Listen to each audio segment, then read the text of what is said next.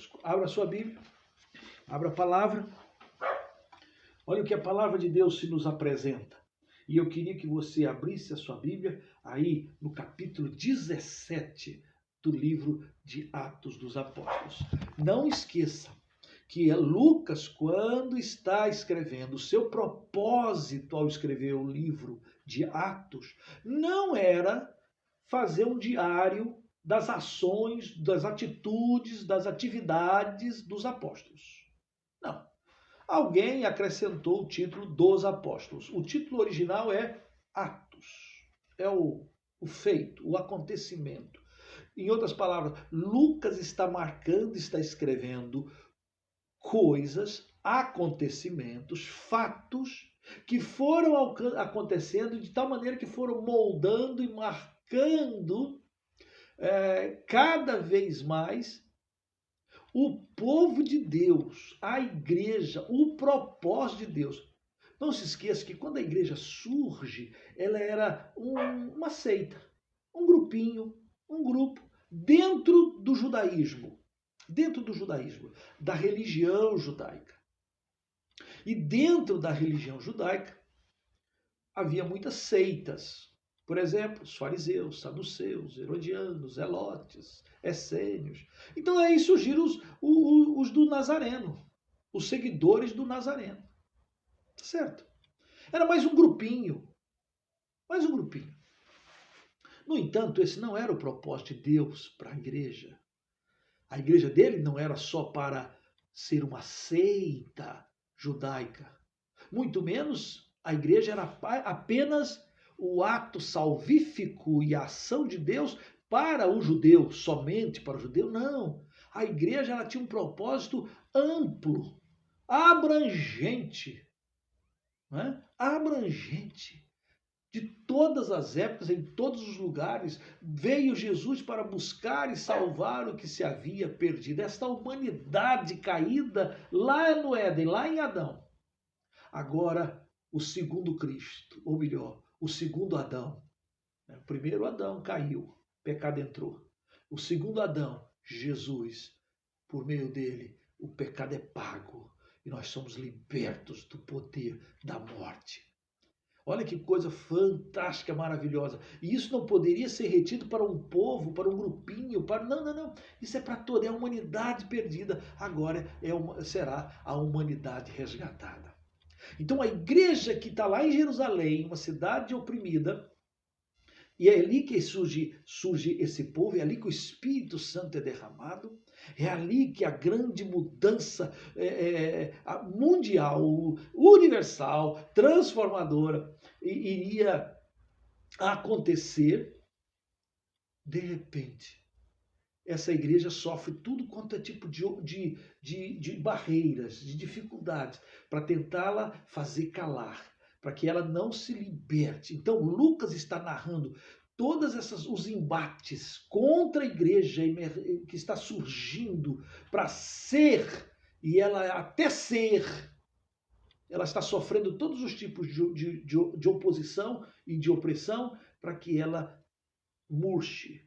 Mas ela rompe, ela abre os horizontes. E quando você termina o livro de Atos, você vai terminar com Paulo, não em Jerusalém, mas na capital do império, pregando o evangelho sem impedimento algum. Quando Lucas termina o seu livro, ele termina com um advérbio. O advérbio é sem impedimento. Desimpedidamente. Que coisa! Tudo que estava impedindo a igreja, agora Lucas termina dizendo, olha, a igreja agora está livre para fazer aquilo que Deus designou que fizesse. Só que nós estamos no processo, estamos aí no capítulo 17 de Atos. E agora, Paulo está na sua segunda viagem missionária. E ele acabou de passar a Macedônia. Passar para a Grécia, ele estava na Ásia Menor, onde é a Turquia hoje. E lá, ele querendo pregar o evangelho, falamos isso no estudo passado, no encontro passado. Você pode ver lá no YouTube, se você ainda não assistiu, você pode ir lá no YouTube e assistir. Enfim, ele está lá tentando ir para um lugar e de repente ele é impedido. Então ele quer ir para outro, ele é impedido. E ele fica até que ele desce a troa, de lá ele tem uma visão e um varão macedônico diz: passa a Macedônia e ajuda-nos. Muda daí, vá para a cultura helênica, vá para a cultura grega, vá para o centro dessa cultura.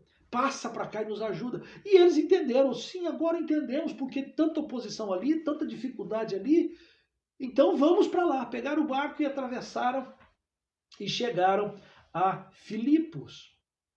E aí Lucas vai registrar o início dessa maravilhosa igreja, a igreja da alegria, a igreja dos filipenses. Como é que essa igreja surgiu, como é que essa igreja começou, com quem essa igreja aconteceu e o preço que eles tiveram que pagar.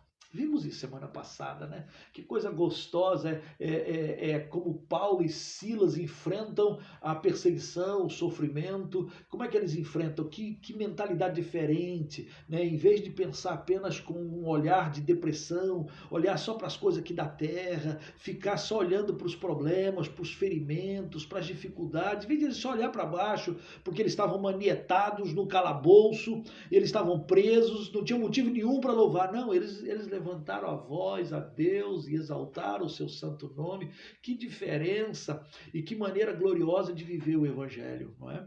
E não só olhando para as circunstâncias que querem tirar de nós a nossa alegria, mas para a certeza que o Senhor está no controle de todas as coisas. Essa é a vida do cristão. A gente caminha na certeza de que todas as coisas cooperam e eles louvam o Senhor. No capítulo 17, por causa de perseguição, Paulo e Silas e a sua trupe, eles mudam de lugar. Diz aí no capítulo 17, vamos ler? Está com a sua Bíblia aberta? Acompanhe lendo a palavra, não fica apenas ouvindo, não. Pega a palavra comigo. Olha o que diz o texto do capítulo 17 de Atos. Tendo passado por Anfípolis e Apolônia, chegaram a Tessalônica, onde havia uma sinagoga de judeus. Paulo, preste bem atenção que isso aqui é repetido, isso aqui, né? Paulo, segundo o seu costume, foi, diz o texto, procurá-los. E por 3 sábados arrazoou com eles acerca das Escrituras. Então, era a metodologia desde a primeira viagem missionária. Chega no lugar, tem sinagoga. Opa, eu vou por sinagoga. Eles estão mais próximos, eles estão perto. E eles vão lá e foram 3 sábados seguidos, que era o dia da reunião deles.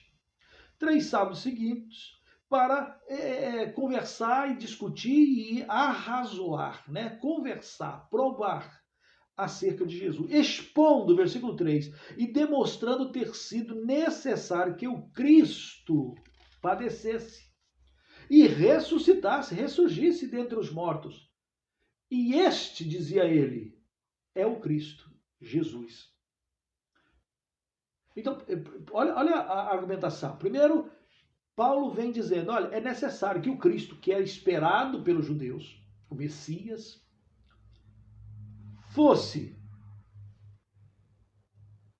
passado pela cruz, padecesse, morresse, mas não só passasse pela cruz, mas também ressuscitasse.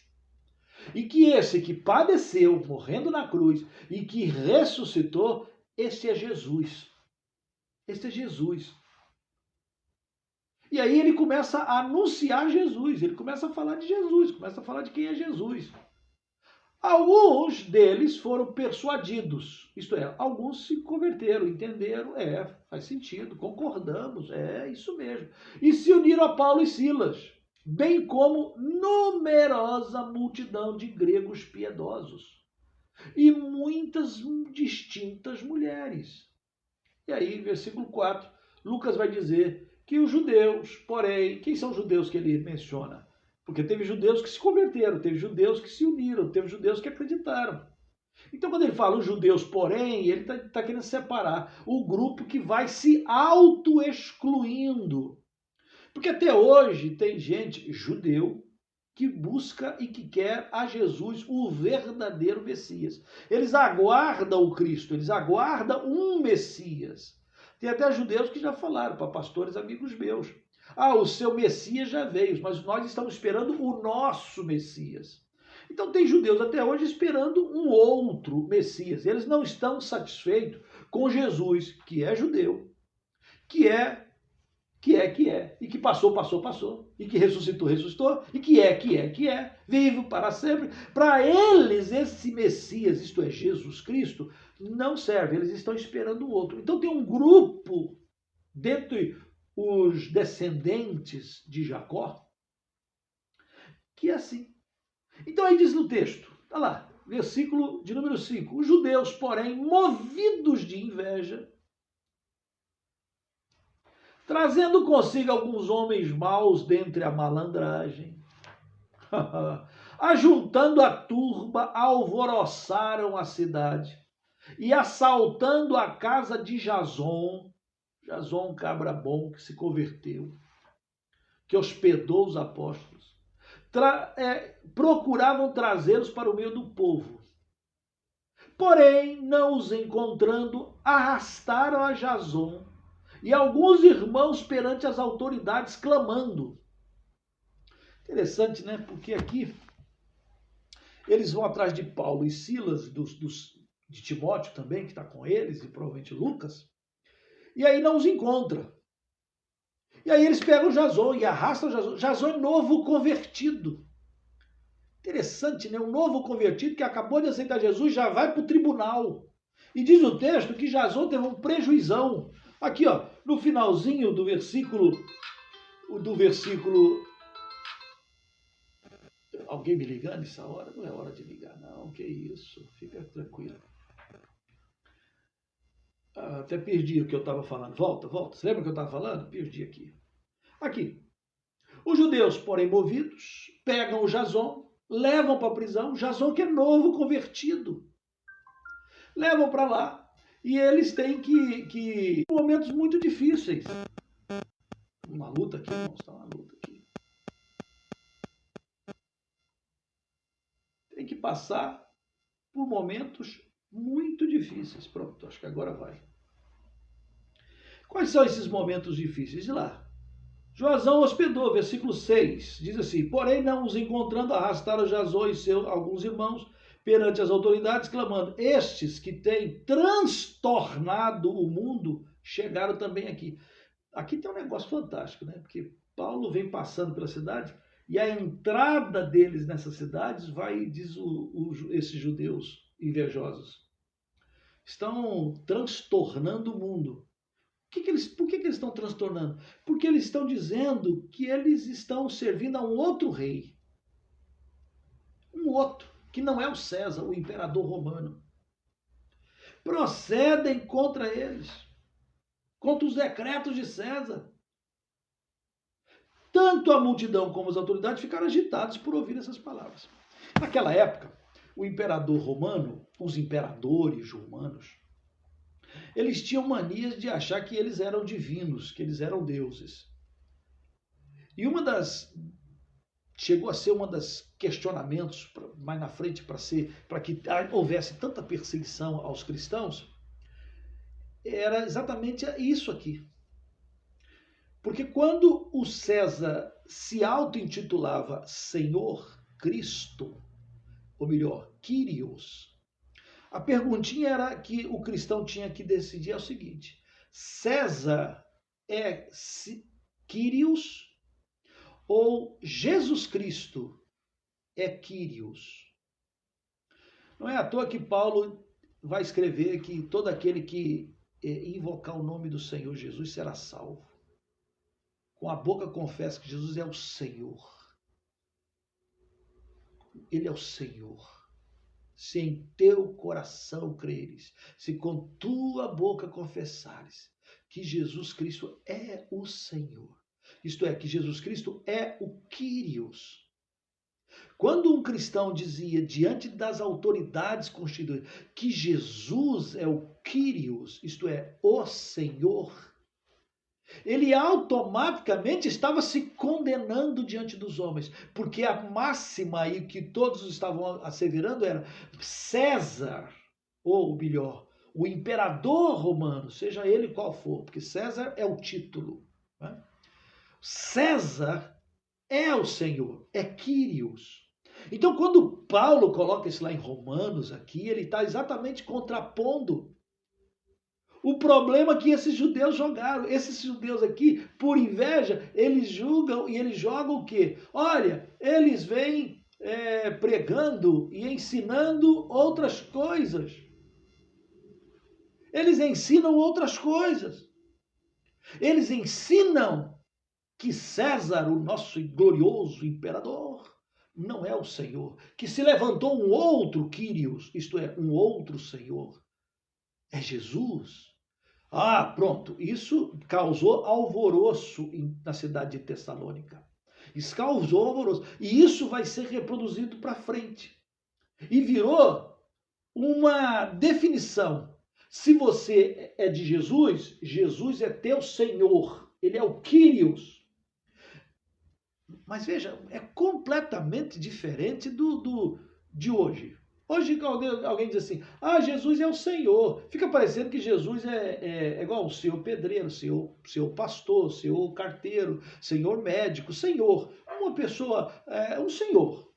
Jesus é um senhor. Não.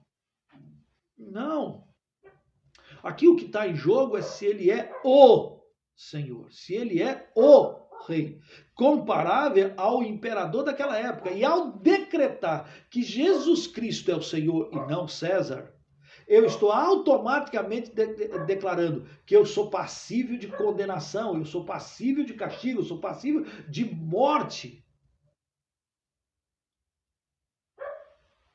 Em outras palavras, ser cristão ou reafirmar que sou cristão é um ato radical que nós perdemos com o passar dos séculos. Eu quero Jesus. A gente faz apelos, os nossos apelos são assim. Quem quer aceitar Jesus, levanta a mão. Quem quer aceitar Jesus, levanta a mão. E sim, o que significa aceitar Jesus? Quem confessa que Jesus Cristo é o Senhor? Jesus é o Senhor. Jesus é o Senhor, impressionante, porque eu posso botar isso como lema, até como lema de algumas de igreja. Jesus Cristo é o Senhor. E é verdade? É verdade, eles estão falando a verdade. Mas necessariamente Jesus não governa eticamente a sua vida, a sua moralidade, o seu coração, o seu desejo. Porque quando eu afirmo Jesus Cristo é o Senhor, eu estou dizendo, ele é o dono. Não sou eu quem vivo, mas Cristo vive em mim. Em outra, né? Não é assim que Paulo diz lá em Gálatas? Já não sou eu quem vive, mas Cristo vive em mim. Ora, quando eu digo Jesus é o Senhor, eu estou dizendo que agora quem manda é Ele. É um outro peso. Fulano é cristão. Tá bom, quem é que manda nele? Não, ele ainda é assim, né? Quem manda nele é ele. Quem manda em mim, eu sou assim. O meu temperamento é esse, pastor. Eu sou assim mesmo. Eu nasci assim, eu sou sempre assim, eu sou sempre Gabriela. Não é assim? A musiquinha lá e a novelinha de Jorge Amado. Sempre Gabriela, eu sou sempre assim, você sempre assim. E tem muito cristão que é mesmo assim, que tem a síndrome de Gabriela. O problema é que se eu sou cristão, se eu sou crente, se eu amo a Jesus, se eu reafirmo que Ele é o Senhor, eu preciso trazer esse peso. Veja que aqui, quando Paulo está pregando aos Tessalonicenses, quando ele está na cidade, os judeus se levantam aqui para dizer, eles estão transtornando o mundo, e eles estão transtornando dizendo, existe um outro Senhor, um outro Kyrios, que não é César. Eles nunca entenderam, meu reino não é desse mundo. Eles nunca entenderam. César queria ter o reino desse mundo e o outro mundo. Ele achava que era divino. Jesus é muito simples. Não, meu reino não é desse mundo não, meu filho. Meu reino é eterno. Jesus é Kyrios. Mas ao afirmar isso, diante do mundo, eu estou colocando um posicionamento. Ao afirmar isso, eu estou dizendo que o dono desse mundo não é meu dono. O príncipe, a potestade desse mundo não é meu dono.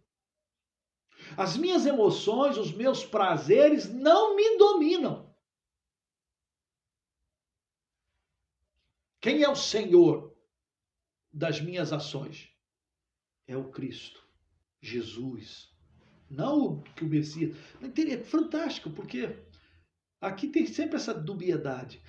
Os judeus esperam o Messias. E Paulo está dizendo, o Messias é Jesus, é Cristo. O Cristo é Jesus, Jesus Cristo.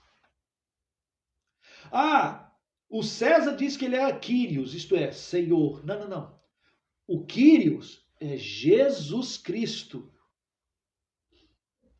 Mas isso não é apenas um ato religioso. Não, isso tem consequências no presente. Porque quando alguém afirmava Jesus é o Quírios, o Senhor, a minha vida presente podia ser transtornada. Jason, novo convertido, porque ele entendeu, reconheceu, acreditou e colocou a sua casa à disposição dos obreiros. Por causa disso, aquele novo convertido que disse Jesus é Quírios foi parar nas mãos das autoridades. Aquele novo convertido foi parar nos tribunais e só saiu de lá, diz o versículo 9, contudo, soltaram Jason e os mais, ficaram presos, e só soltaram após terem recebido deles a fiança estipulada. Fiança é um negocinho antigo, né? Já está lá na lei romana, e até hoje a fiança está valendo. Aqui valeu, eles só saíram da prisão por causa da fiança. O cara acabou de aceitar Jesus, acabou de dizer Jesus é o Senhor. E porque ele diz que Jesus é o Senhor, deu um reboliço danado. E esse novo convertido, Jason, teve que pagar fiança, teve que ter prejuízo. Prejuízo financeiro ao afirmar Jesus Cristo é o Senhor. Essa é a máxima desse pedaço de texto que nós estamos lendo. Jesus Cristo é o Senhor, não César, não outro. E quando ele entra na nossa vida e nós o reconhecemos, nós arrumamos encrenca. Mas também arrumamos o Senhor e Salvador que está conosco o tempo todo. Ainda que eu ande pelo vale da sombra da morte, Ele está conosco, Ele está comigo, Ele está com você. Mas a sombra da morte, a barreira, a perseguição, a angústia, ela surge. E você tem que enfrentar. É maravilhoso ver que esse tempo que Paulo passa em Tessalônica, surge a igreja evangélica de Tessalônica, surge a igreja ali. E aquela igreja surge já no meio dos sofrimentos. Mais na frente, Paulo vai escrever uma carta para eles. E eu queria ler um pedacinho dessa carta para deles, que Paulo escreve para os Tessalonicenses. Essa igreja que surge assim, rapidamente. E gente que já entendeu, Jesus Cristo é o Quírios, é o Senhor. A minha vida agora é pautada, dirigida, direcionada, marcada por Ele, para Ele. São todas as coisas, eu agora sou para Ele. O que Ele gosta? É para Ele que eu vou. O que Ele quer que eu faça? Eu vou fazer. O que Ele não gosta? Eu vou fazer. Ele é o Senhor. E o seu Espírito habita em nós. E Ele nos conduz. Ele nos direciona. Enchei-vos do Espírito. Não é à toa que Paulo vai tantas vezes afirmar. Olha o que Paulo diz. Abra sua palavra. Aí na primeira carta de Paulo aos Tessalonicenses. Vai lá. Romanos, Efésios, vai passando. Coríntios, Filipenses, vai lá. Colossenses, Tessalonicenses. Na primeira carta de Paulo aos Tessalonicenses. Eu queria ler algumas coisas, porque aqui Paulo faz uma declaração tão poderosa a esses irmãos, liderados, eu diria, por Jason, a esses irmãos ali de Tessalônica, e aí surge a igreja, então ele escreve para dizer, olha, fiquem firmes, mas prestem atenção nessas marcas de uma igreja genuína, de uma igreja que é modelo. E, de certa forma, em Atos 17, é o surgimento de uma igreja que depois vai se tornar modelo, uma igreja digna de imitação. Uma igreja para o pessoal perguntar como é que é uma boa igreja. Aí o pessoal diz, quer saber como é que é uma boa igreja? Olhe lá para a igreja de Tessalônica, aquilo sim é que é uma boa igreja. Olhe para aquela igreja. Então, eu diria que qualquer igreja, batista, congregacional, presbiteriana, tem que olhar hoje, quer saber como é que é a igreja? Olha para Tessalônica. Olha para aquela igreja. Seja uma igreja assim. Olha só. Veja lá.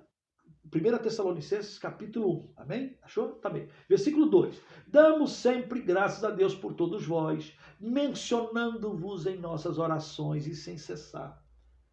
Essa é a responsabilidade de Paulo, né? Paulo devia gastar um bom tempo em oração, porque se ele ora por Tessalonicenses sem cessar, ele também ora por todas as outras igrejas que ele fundou, passou, outros lugares.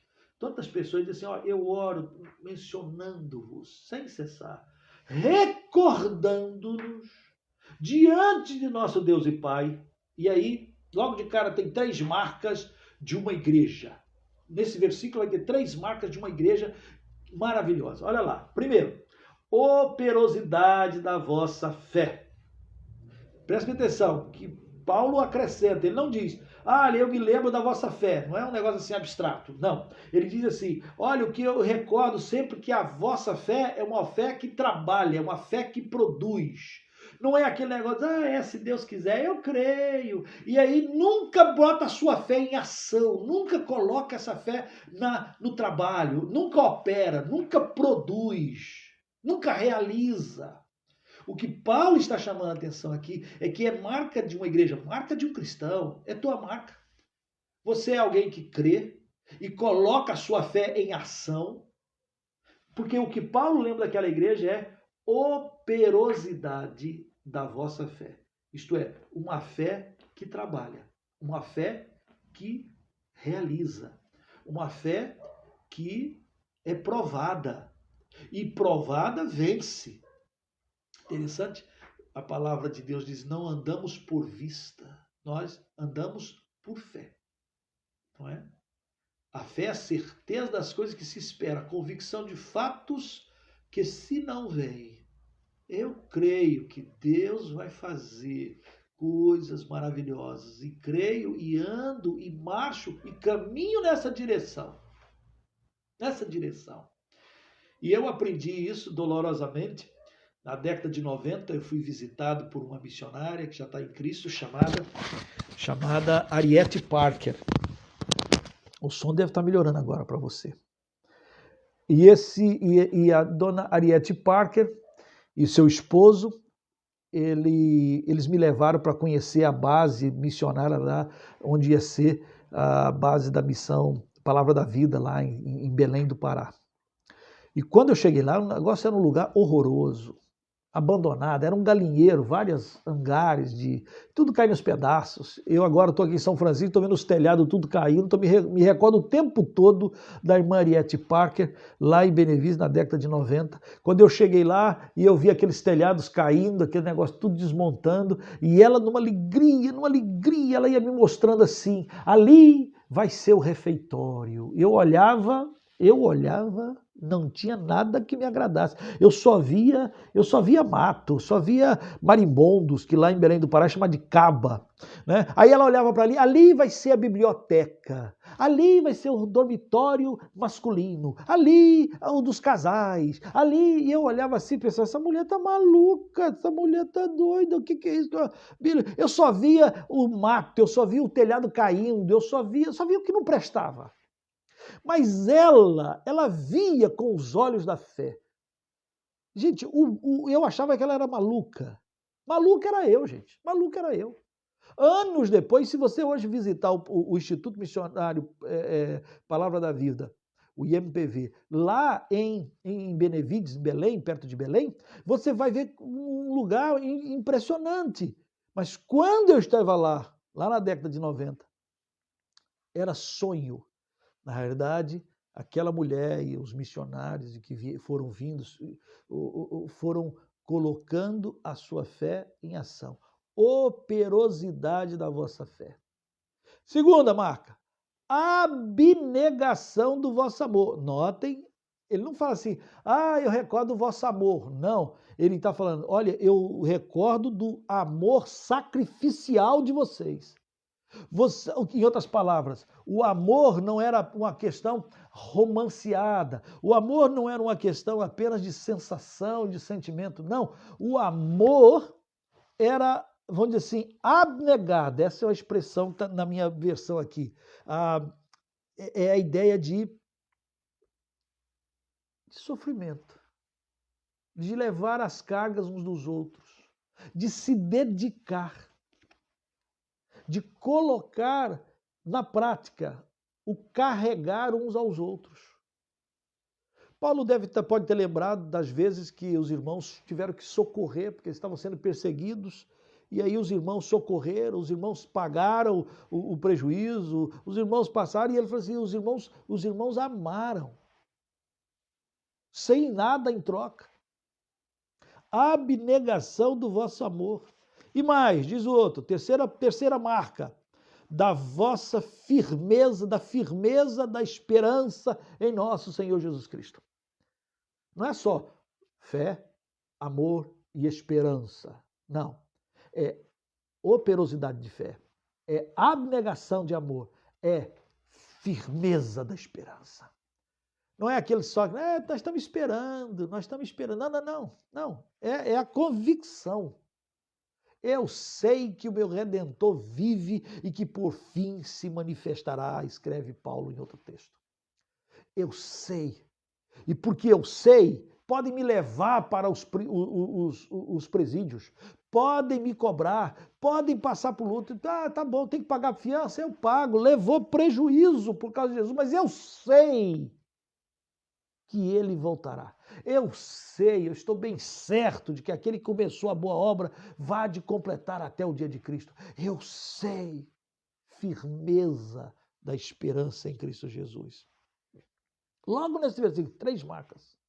Olha o que mais, no versículo de número 4, reconhecendo, irmãos amados de Deus, a vossa eleição, porque o nosso evangelho não chegou até vós tão somente em palavra, mas todo e sobretudo no poder do Espírito Santo. Não chegou apenas em palavra, mas é o Espírito Santo e em plena convicção. Assim como sabeis ter sido o nosso procedimento entre vós e por amor de vós, com efeito vos tornaste imitadores nossos. Tendo recebido a palavra, posto em meio a muita tribulação, com alegria no Espírito Santo. Então eu quero fazer 2 distinções, mais 2 marcas profundas. Primeira, demonstração de poder no Espírito Santo.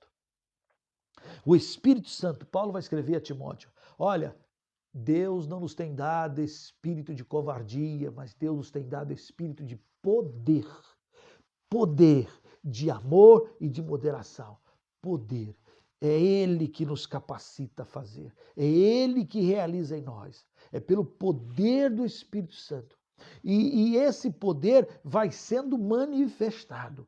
Então, uma igreja que tem as marcas, a marca de que o Espírito Santo governa, dirige e manifesta a sua autoridade e o seu poder. Não só isso, a outra marca, alegria. Eu já fui a muitas igrejas, talvez você já tenha ido, em que você chega na porta, os irmãos estão ali sisudos, aquela cara de, sabe, bravo, vigia, né? Cara, a gente chega, não tem nenhum abraço, nenhuma alegria. Às vezes você vai para a igreja, Não, a marca do cristão é alegria. Alegria, olha só, Paulo está dizendo aqui para eles, olha, em meio a muitas tribulações, e eles tinham alegria. No meio de muitas tribulações. Irmãos, nós estamos vivendo tempos difíceis, todos nós sabemos disso, tem mais de um ano que nenhum de nós aguenta mais ficar falando sobre Covid, mas ela está aí. Ninguém aguenta mais ver tanto dor e sofrimento, mas os sofrimentos estão aí. Ninguém aguenta mais gente falar tantas aberrações contra a doutrina de Cristo, mas elas estão aí.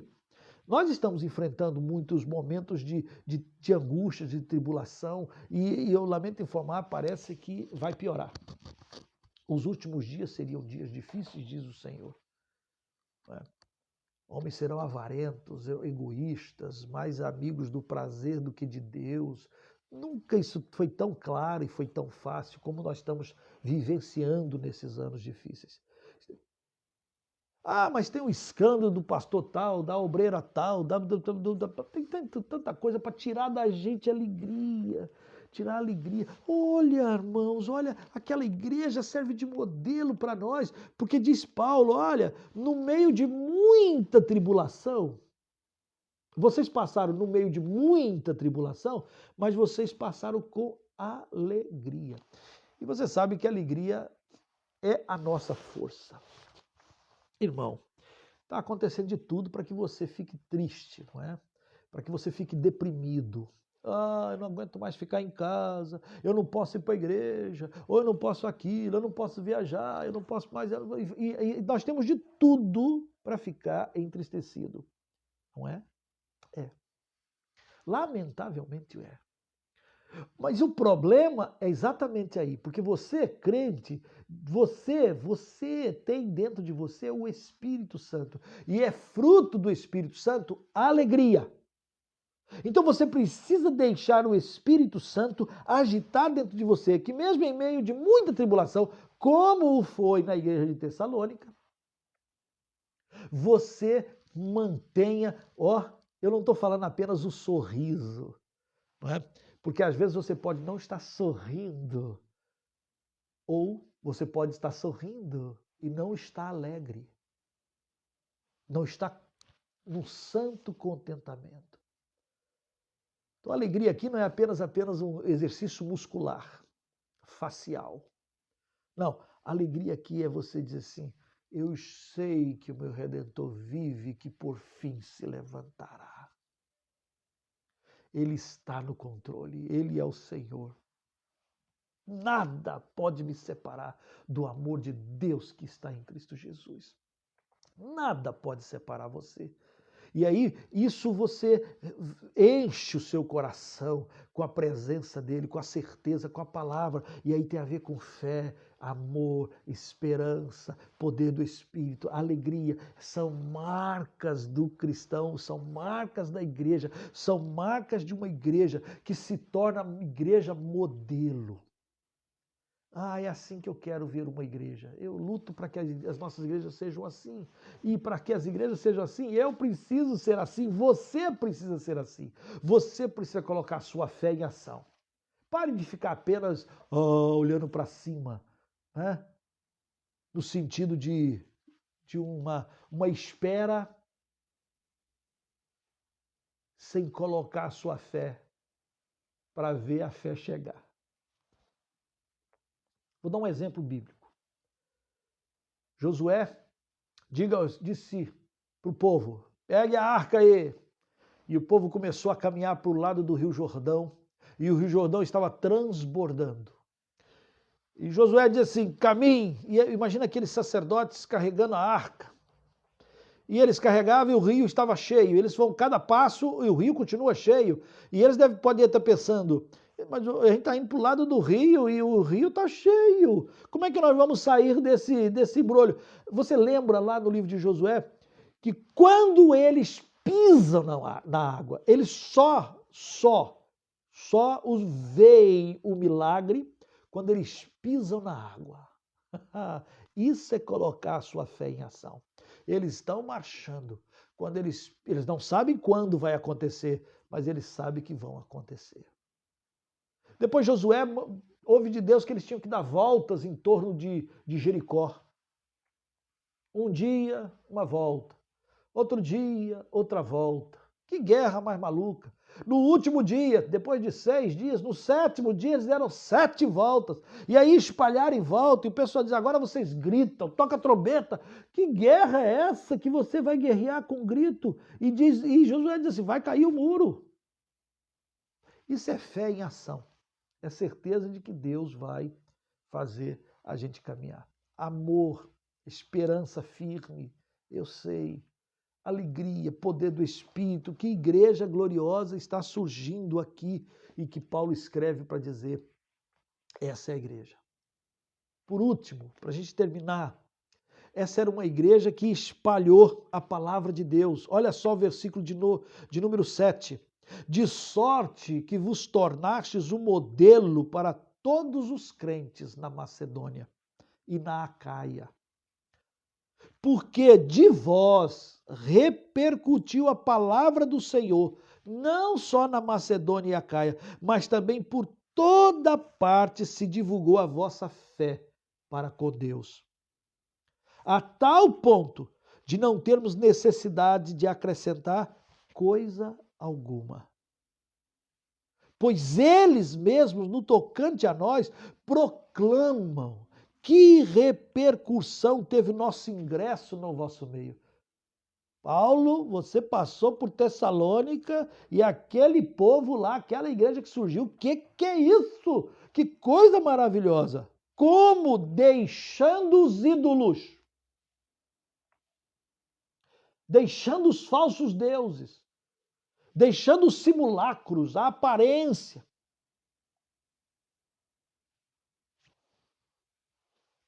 deixando os santinhos, os ídolozinhos, deixando a avareza, deixando ídolos mortos de pau, pedra e ídolos vivos, deixando. Vos convertestes, mudou o rumo, a trajetória da sua vida. Vos convertestes para Deus, para servirdes o Deus vivo e verdadeiro, e para aguardardes dos céus o seu Filho, a quem ele ressuscitou dentre os mortos, Jesus, que nos livra da ira vindoura. Amado, já imaginou? Aquela caminhada em Atos 17, aquele tempo lá em Tessalônica, as pessoas que vão se convertendo, as definições claras, eu sou de Jesus, ele é o Messias, sim, ele é o Messias, mas ele também é o Kyrios, então ele é o poder máximo que o judeu esperava, e ele é também o poder máximo que Roma decretava. Ele é o Senhor, ele é o Cristo, ele é o Messias. E quando eles entenderam que Jesus tem que ser o centro da sua vida, que Jesus tem que ser a razão da sua existência, quando eles entenderam, quando eles captaram, quando eles converteram, aquilo foi tão profundo, aquilo foi tão profundo, aquilo foi tão verdadeiro, que eles deixando os ídolos, voltaram só para o Deus uno, Criador e sustentador de todas as coisas. Mas não só isso, eles estavam prontos e dispostos para servir, para bendizer, para adorar aquele que reina para todos sempre. A pergunta que precisa ser respondida por você e por mim: o Jesus que eu creio, que você crê, ele é um Cristo, o que havia de vir, e ele é o Senhor, o Kyrios, não há outro. Não há outro. Quem manda na sua vida? Preste bem atenção. Quem manda na sua vida? Às vezes é o dinheiro. Ou você vive só para conseguir dinheiro. Ou, às vezes, é a fama. Você só vive para conseguir a fama. Ou, às vezes, é para satisfazer a homens, a mulheres, a crianças, a filhos. Jesus chegou a dizer: quem ama pai, mãe, filhos, casa, bens, qualquer coisa, mais do que a mim, não é digno de mim. Não é à toa que essa igreja de Tessalônica abraça a Jesus e se torna modelo para os crentes da Grécia, da Macedônia e da Acaia. De tal maneira que Paulo escreve para dizer: eu não preciso falar mais nada. Vocês estão vivendo, vocês estão amando e vocês estão esperando a Jesus Cristo de todo o seu coração. Amado, eu espero, eu creio, eu penso, eu desejo que todos nós, que você seja assim, um crente tessalônico, um crente nesse nível, nesse naipe, onde você coloca a sua fé em ação, que o teu amor seja abnegado, sacrificial, né? Tudo sofre, tudo crê, tudo espera, tudo suporta, o amor jamais acaba. Amai-vos uns aos outros. Ainda que eu fale a língua dos homens e dos anjos, se não tiver amor, nada serei. Ainda que eu entregue o meu próprio corpo para ser queimado, se não tiver amor, nada, nada, nada. Ainda que eu fale a língua dos homens e dos anjos, se não tiver amor, amor abnegado, aquela igreja tinha, perseverante, firme na sua esperança, cheio do poder do Espírito e manifestava o poder, não apenas de blá blá blá. Alegria no Senhor, mesmo no meio, claro, óbvio, porque a alegria quando está tudo bem é até fácil, mas a alegria no meio das tribulações, e nós estamos vivendo uma época maravilhosa para a gente usufruir disso e apresentar isso, porque né, a coisa está brava, a coisa está estreita, tantos motivos de tristeza, e a gente vai dizer, eu sou do meu amado, e meu amado é meu, Deus está no controle, eu quero me alegrar na esperança, e eu levantar os meus olhos e dizer, Maranata, ora vem, Senhor Jesus. Que Deus te abençoe, que Deus te fortaleça, que Deus faça de você um cristão modelo, que Deus faça de nós uma igreja que vale a pena, porque ela é corpo de Cristo. Ela é corpo de Cristo e precisa ser o cheiro de Cristo, precisa ser a luz de Cristo, a luz nesse mundo. Que Deus te abençoe, que Deus te fortaleça. Que Deus te dê graça e glória. Em nome de Jesus. Vamos orar? Vamos orar? Feche seus olhos comigo. Você que está até agora aqui, então, feche seus olhos e oremos. Senhor nosso Deus, ó Pai, ó Senhor, aviva a tua obra, levanta uma geração de gente comprometida com o Senhor, que mesmo no meio das tribulações, das pandemias, das endemias, das angústias, das perseguições, levanta um povo, Senhor, que de fato, de verdade, não apenas de língua, mas de fato e de verdade te ama, manifesta a sua fé e crê e tem alegria, porque o Senhor é o dono da vida, tudo está nas tuas mãos e a gente pode entregar tudo ao Senhor. Oh Deus, levanta uma geração de crentes comprometidos com a tua verdade. Oh Deus, levanta uma geração que vale a pena, porque os tempos são difíceis. Então levanta, move a juventude, move as nossas crianças, move o teu povo, Senhor. Move agora pelo teu Espírito, visita cada um que nos ouve e enche-nos do teu poder, da tua presença e da alegria, Senhor. Às vezes nós temos tantos irmãos que não têm razão nenhuma para se alegrar. Então, ó Deus, só pelo teu Espírito, só pela tua presença, só pela tua graça. Então visita cada um que precisa desta visitação, porque é alegria no teu Espírito, é alegria no Senhor que é a nossa força. E nós queremos repreender toda e resistir toda tentativa das trevas de arrancar de nós a doce e poderosa alegria de pertencer ao Rei, ao Quírios, ao Senhor absoluto, ao Cristo amado. Nós somos teus e nós te adoramos e te bendizemos no nome de Jesus. Amém. Amém. Amém. O amado, que Deus te abençoe, que Deus te fortaleça. E se você entende de Deus que você pode compartilhar desta palavra, eu queria desafiar você a compartilhar nas suas redes, divulgando o Evangelho. Essa é mais uma maneira. Deus te abençoe. Ore por nós aqui, ore pela Missão Projeto Zero, ore mesmo, irmãos. Ore por Hernani e Licínia, que estão lá em Foz do Iguaçu. Ore pelo Antônio Felisberto, pastor Antônio Felisberto e sua esposa Vanilda, né? Obreiros aprovados que estão em Colombo. Ore por eles. Aliás, eles estão agora passando uns dias lá no Rio, que eles tenham um retorno protegido e guardado. Ore por ele. Ore por Felipe aqui em Joinville. Ore por Juliana, que está lá em Colombo nesses dias arrumando mudança. E ore por mim, que estou aqui em São Francisco, arrumando e tentando dar uma arrumada nas coisas, encaminhar o trabalho aqui, porque nós queremos que aqui em São Francisco tenha uma igreja vibrante, uma igreja à la Tessalônica, que Deus nos dê a graça de ver isso acontecer. Ore por nós, ore por esses cantos. Então, ore por Foz, ore por Colombo, ore por Joinville, mas também tantos outros campos aqui no sul do Brasil.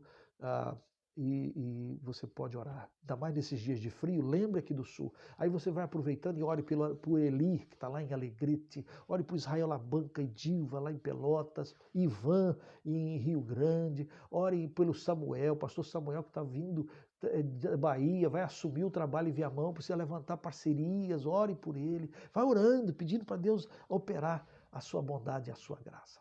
Deus te abençoe. Quarta-feira, se Deus assim o permitir, estaremos juntos para a gente continuar a nossa caminhada aqui no livro de Atos. Deus te abençoe. Até quarta-feira.